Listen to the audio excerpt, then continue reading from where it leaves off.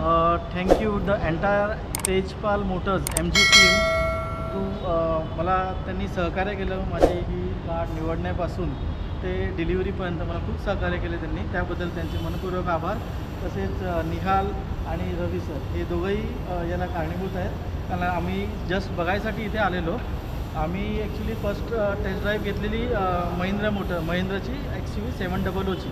पण आम्ही बोललो चला एकदा टेक अ लुक करून घेऊया आपण. MGची गाडी आम्ही बघितली नव्हती. आम्ही बाकी सगळीकडे जाऊन आलो.